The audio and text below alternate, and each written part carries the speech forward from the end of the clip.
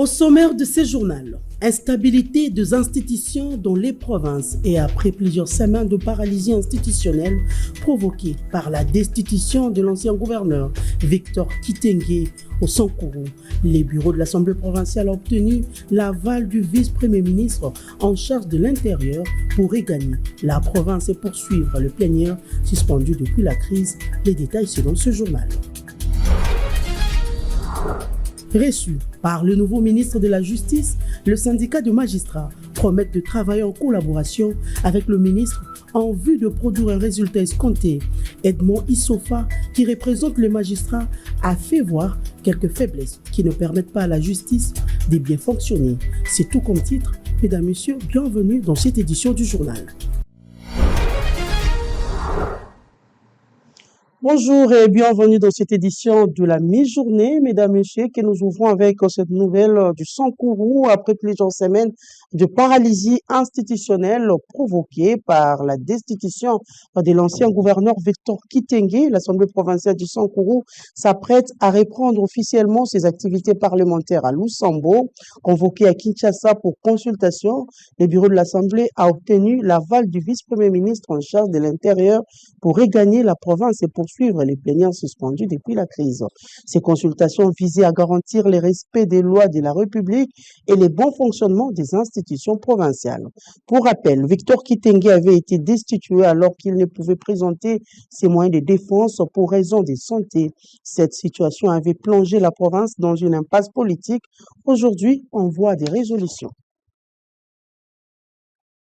Les vice-premiers ministres, ministres en charge de l'Intérieur, Sécurité et Décentralisation, Jacquemin Chabani, a lancé ce lundi 23 juin 2025 l'opération Ndobo à Kisangani, chef-lieu de la province de la Tchopo. Lors de cette cérémonie tenue à la place de l'Indépendance, 18 présumés bandits identifiés comme des Koulouna ont été présentés au VPM et au public avec leurs armes blanches symbolisant le début d'une traque systématique. Suivez ces reportages.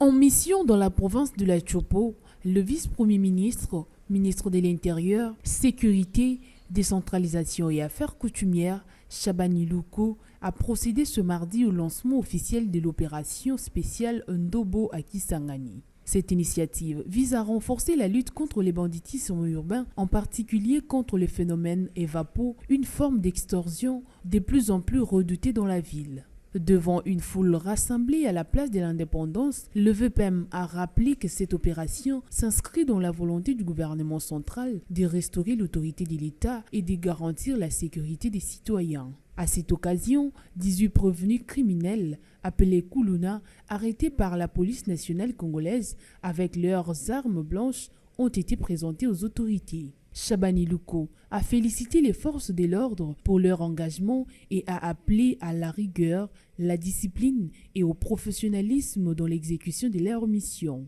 Il a réaffirmé la détermination du gouvernement à éradiquer les banditismes dans les grandes agglomérations. Sur instruction du président de la République, Félix Antoine Tshisekedi Tshilombo, tozwa qui déjà ba mesure y a lutte contre la criminalité urbaine. Na commandement général y a police, to sala qui ba réunion, to leva qui option ya kobimisa et loko to bengi opération Ndobo. Opération Ndobo ezali opération Oyo, police nationale congolaise, atie mayele na ye na kati pona kosilisa et loko to bengi communément Koulouna, to bengi banditisme urbain. Opération wana ezali ba preuve na yango na ville province ya Kinshasa. À travers commissariat provincial ya ville ya Kinshasa. Tant total qui va résultat wana tolobaki il faut tozwa opération wana tomema yango na ba province. Yango musala toye kosala lelo. Déjà opérationnelle dans 5 provinces, l'opération Ndobo a permis l'interpellation de plus de 6000 criminels à travers le pays. Son extension à Kisangani marque un tournant important dans la stratégie sécuritaire nationale. Dans le cadre de l'effort national en soutien au FARDC, le vice-premier ministre, ministre en charge de la Défense, Maître Guy Kabombo Modian-Vita a réceptionné ce mardi 24 juin 2025 un important lot des vivres remis par l'OGFM. La cérémonie s'est tenue à l'hôtel de la Défense en présence du lieutenant-général François Kabamba, chef d'état-major général adjoint en charge de l'administration et logistique. Conduite par son directeur général William Kazumba, la délégation de l'OGFM a offert 200 sacs de riz, 300 bidons d'huile de 5 litres, 100 cartons de conserve, 200 cartons de poissons salés, ainsi qu'un chèque d'1 million de dollars américains versé au fonds de soutien au FARDC.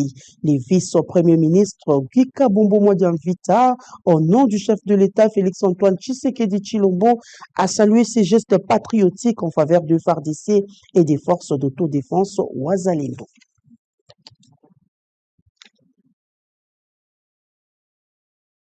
Mission électorale nationale indépendante, Denis Kadima a reçu ce lundi une délégation de l'Agence nationale de gestion électorale Ange du Tchad, conduite par son président Ahmed Barchiret. Cette visite s'inscrit dans une dynamique de coopération sud-sud axée sur le partage d'expériences en matière d'organisation électorale. Suivez ces reportages. Accompagné du rapporteur adjoint et du questeur adjoint, le président de la CENI, Denis Kadima, a reçu ce mardi une délégation des Langes du Tchad venue s'imprégner de l'expérience congolaise en matière électorale. Au terme de la rencontre, Ahmed Barchiret a salué le haut niveau d'expertise de la RDC dans ces domaines, citant notamment les recours au vote électronique, la sécurisation de la chaîne des résultats et l'usage accru des technologies comme modèle d'inspiration pour d'autres nations africaines. Donc nous sommes venus ici pour échanger nos expériences et surtout qu'au niveau de la CENI, ils ont eu déjà cette expérience de faire également comme nous. Ils ont eu à faire plusieurs élections. La seule différence, c'est que nous, on a fait toutes nos élections de manière manuelle, alors qu'ici, il y a eu la digitalisation. Et on voudrait voir quelle est cette expérience de cette digitalisation que nous aimerions également voir se développer pour nos futures élections au Tchad. Nous voudrions profiter de l'expérience de la CENI pour ne pas faire les mêmes erreurs qui ont été constatées. Les échanges se sont poursuivis avec une séance de travail entre la délégation tchadienne et le secrétaire exécutif national de la CENI. L'occasion pour les visiteurs d'avoir une vue détaillée sur l'organigramme, les mécanismes de fonctionnement et les responsabilités de l'institution. Au programme de la suite de la visite, une démonstration du vote électronique, une descente au centre électoral Boussolo à Kingabwa pour comprendre les dispositifs de centralisation des résultats et une visite à l'entrepôt électoral national. Cette coopération sud-sud marque un tournant dans la diplomatie électorale africaine où la RDC s'impose de plus en plus comme un pôle de référence. Sur appel du vice-ministre ad intérim de la Justice, Maître Samuel Mbemba Kabouya, le magistrat, ont échangé avec l'actuel ministre de la Justice sur plusieurs points, notamment l'harmonie du corps ainsi que la mise en place d'un cadre de concertation permanent visant à renforcer la collaboration entre l'administration et les acteurs judiciaires sur le terrain. Ces avancées ont été saluées par le syndicat de magistrats autonomes qui croient à un avenir meilleur et à une collaboration saine. Le président syndical de magistrats autonomes, Edmond Issofa, est ici joint au téléphone par Ben Israël Toumba. Il nous a invités pour que nous puissions échanger, mettre en place un cadre de collaboration où nous aurons à échanger, à travailler à collaborer, à travailler ensemble. C'est-à-dire à échanger, parce que la justice, ce n'est pas le ministère de la justice. La justice, c'est tout un tout. C'est-à-dire, d'un côté, vous avez le pouvoir judiciaire, vous avez également le gouvernement par le ministère de la Justice. Donc, tous nous concourons à la manifestation, à l'administration de la justice, alors de la bonne justice. Alors, s'il y a des échanges pour que nous puissions corriger et aller de l'avant, c'est ce qui importe. Nous avons parlé de travailler dans le respect mutuel. C'est tout dit. Alors, il a également proposé et va mettre en place une commission, je crois, dans les jours à venir pour essayer de défendre les recommandations de les états généraux de 2015 et de 2025 ou 2024. Pour voir ce qu'il y a à faire pour que les choses aillent, puisque, comme vous le savez, les états généraux, comment est-ce que les états généraux se sont terminés? Alors, également, ils ont fait un état des lieux, et l'état des lieux indiquait même avant les états généraux que les recommandations de 2015 n'ont été exécutées qu'à hauteur de 0,6%. Alors, vous voyez que donc rien n'a été fait. Alors, si vous voyez très bien, également par rapport aux états généraux qui venaient de se dérouler, si on doit les qualifier d'états généraux, ils n'ont fait que reprendre les recommandations de 2015. En fait, l'initiative vient de lui. Donc nous disons que cette initiative prise par le ministre, c'est une bonne initiative puisque lorsqu'on arrive, on commence par un état des lieux, voir ce qu'il faille faire et tout ça. Je crois que l'initiative par lui, c'est une bonne initiative, donc nous encourageons et nous sommes prêts à aller de l'avant avec lui.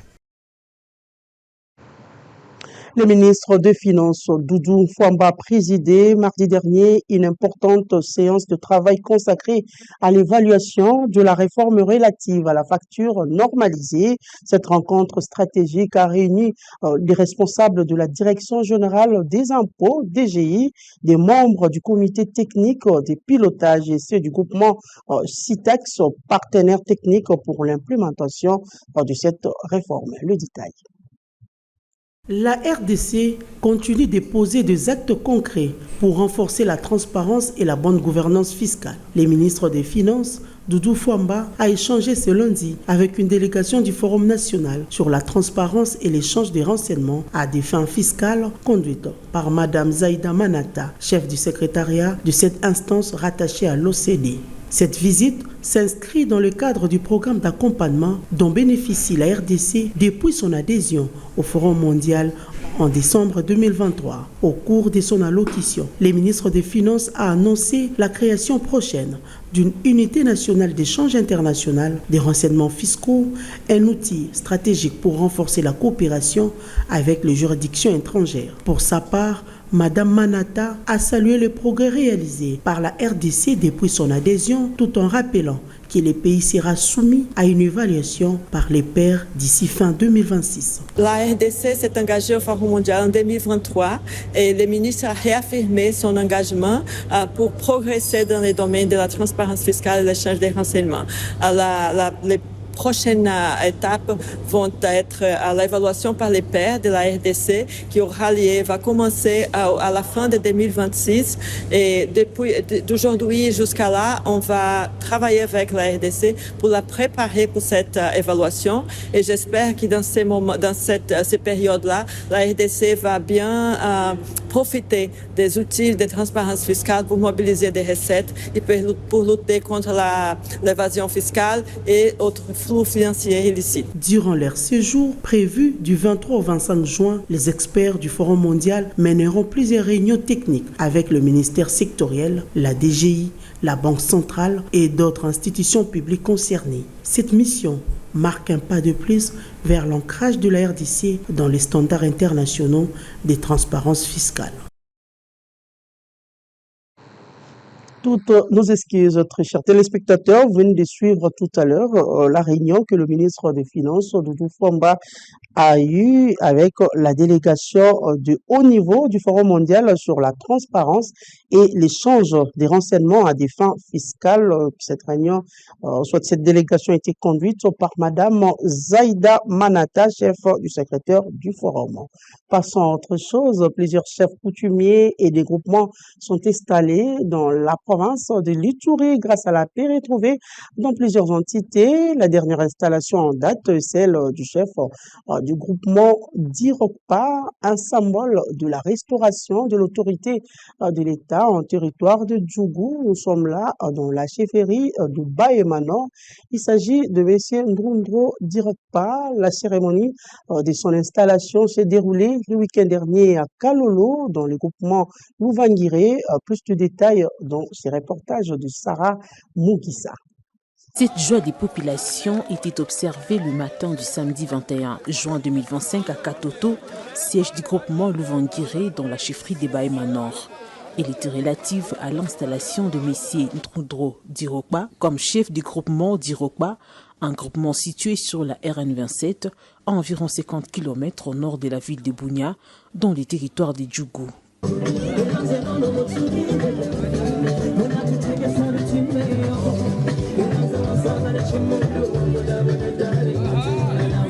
C'est l'administrateur policier de ces territoires, le commissaire supérieur principal Rifin Mapela, qui a procédé à l'installation de ces nouveaux chefs en présence de membres du comité de sécurité locale. En présence des membres du comité local de sécurité des territoires de Djougou, avons procédé à l'installation de M.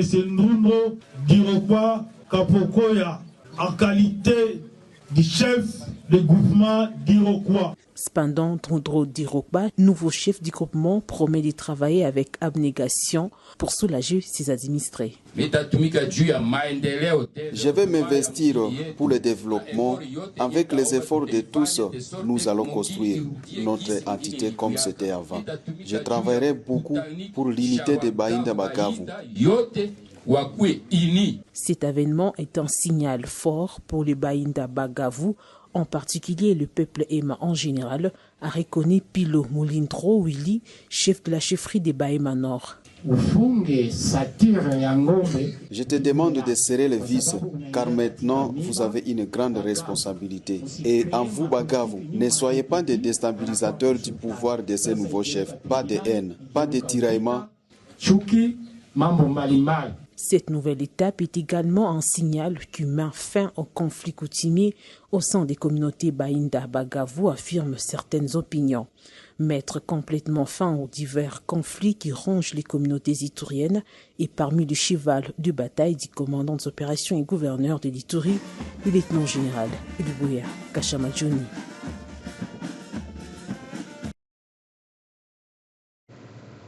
Retournons à Kinshasa où les professeurs des universités et instituts de l'enseignement supérieur et universitaire ont manifesté leur ras-le-bol devant les bâtiments du centre financier de Kinshasa ce mardi 24 juin dans le but de revendiquer plusieurs mois d'arriérés des salaires. Ces professionnels de l'enseignement supérieur demandent au gouvernement et au ministre du budget le respect de l'accord concernant l'amélioration de leurs conditions salariales.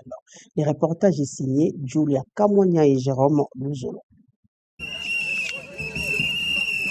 Avec les retentissements des fanfares, des sifflets, accompagnés des chants et des banderoles à la main, les collectifs des professeurs des universités et Institut supérieur de l'ESU a manifesté son ras-le-bol ce mardi 24 juin 2025 devant les bâtiments du centre financier de Kinshasa afin de revendiquer plusieurs mois d'arriérés des salaires. Ces formateurs de l'enseignement supérieur demandent au gouvernement congolais et au ministre du budget de respecter leur accord axé sur l'amélioration de leurs conditions salariales. Nous venons pour la énième fois auprès de l'autorité pour réclamer notre droit, celui d'être payé comme professeur.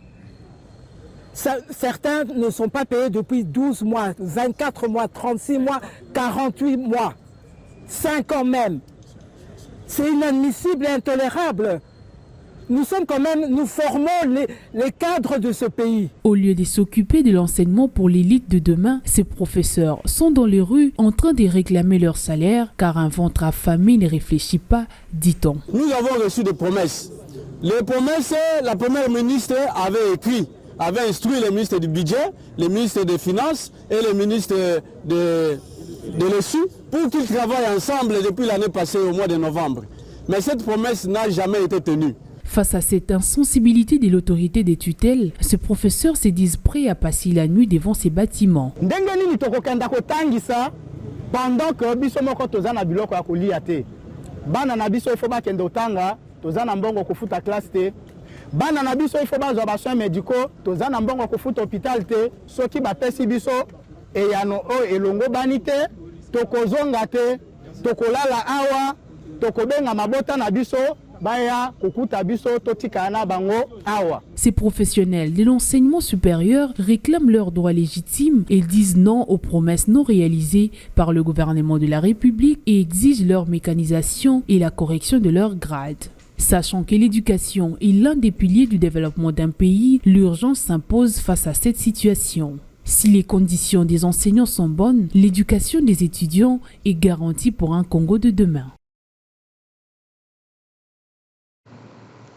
Et pour terminer, les embouteillages monstres enregistrés ces derniers jours dans la capitale congolaise, Kinshasa, semblent être l'œuvre des autorités administratives suite au flou entretenu par certains services de l'État.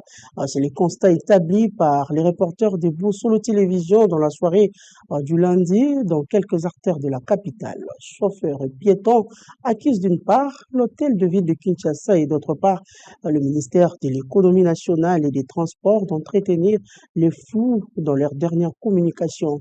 Israël Toumba, Bosco Kabamba, Prince Ngoye, Chrétien Gaïvon ont fait les constats. Déployés sur des principaux axes de la capitale, dont la route de poids lourds et celui de Bypass, les constats est amer. Sur l'axe de poids lourds, les embouteillages commencent à la hauteur de Baramoto. Malgré la présence de la police des circulations routières, la fluidité n'est toujours pas visible. Lorsque le gouvernement avait premièrement pris la décision d'interdire la circulation des véhicules à remorque, selon moi, l'analyse était bonne et il n'y avait plus d'embouteillage. Mais depuis qu'on a revu cette décision, en tout cas, ça ne va pas. Sur le boulevard Lumumba, la scène est horrible. Des colonnes de véhicules avancent difficilement, les gens parcourent des longues distances à pied et d'autres ne savent plus quoi faire pour arriver à temps à leur domicile. Depuis 12e rue jusqu'ici, nous marchons à pied. En tout cas, il n'y a que l'État qui peut trouver solution. Depuis des années, dans cette capitale, nous sommes habitués à cette vie et nous marchons à pied.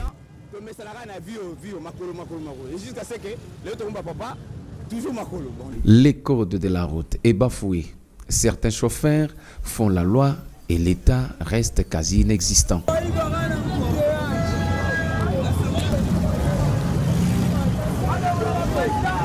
Un peu plus loin, sur l'avenue Bypass, ce sont les longs fils d'attente. Pas de passage. Les véhicules sont stoppés. Il n'y a pas de passage même pour les piétons. Au niveau de la sous-région, dans la commune de Lemba, l'appel est lancé à la police spéciale, mais sans réponse. Ici, les caniveaux sont débouchés et absorbent la route. Une situation qui rétrécit la voie, entraînant des embouteillages monstres sur la route Bypass.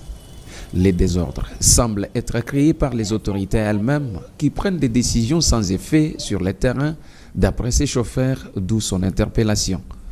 Depuis l'interdiction des gros camions par le gouverneur, notre travail s'est passé bien. Mais depuis que cette mesure a été levée, c'est devenu invivable. Les remorques bloquent tout.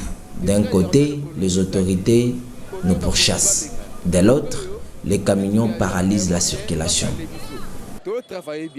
Au rond-point Ngaba, de tous côtés, deux marchés pirates s'écrèent comme des champignons malgré les interdictions de l'hôtel de ville. Il n'y a pas longtemps, le chef de l'exécutif provincial avait lancé la campagne intitulée Balabala Izawenzete.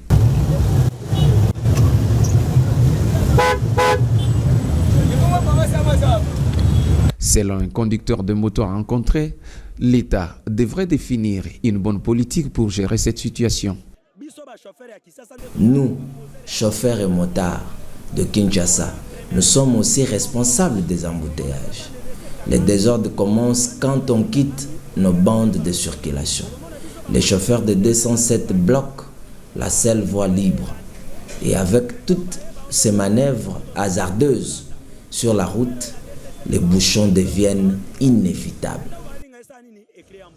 Les embouteillages monstres que connaît actuellement la ville de Kinshasa tirent leurs origines des flous entretenus entre deux décisions parallèles, celle de l'hôtel des villes d'une part et celle du ministère de l'économie en collaboration avec celui des transports.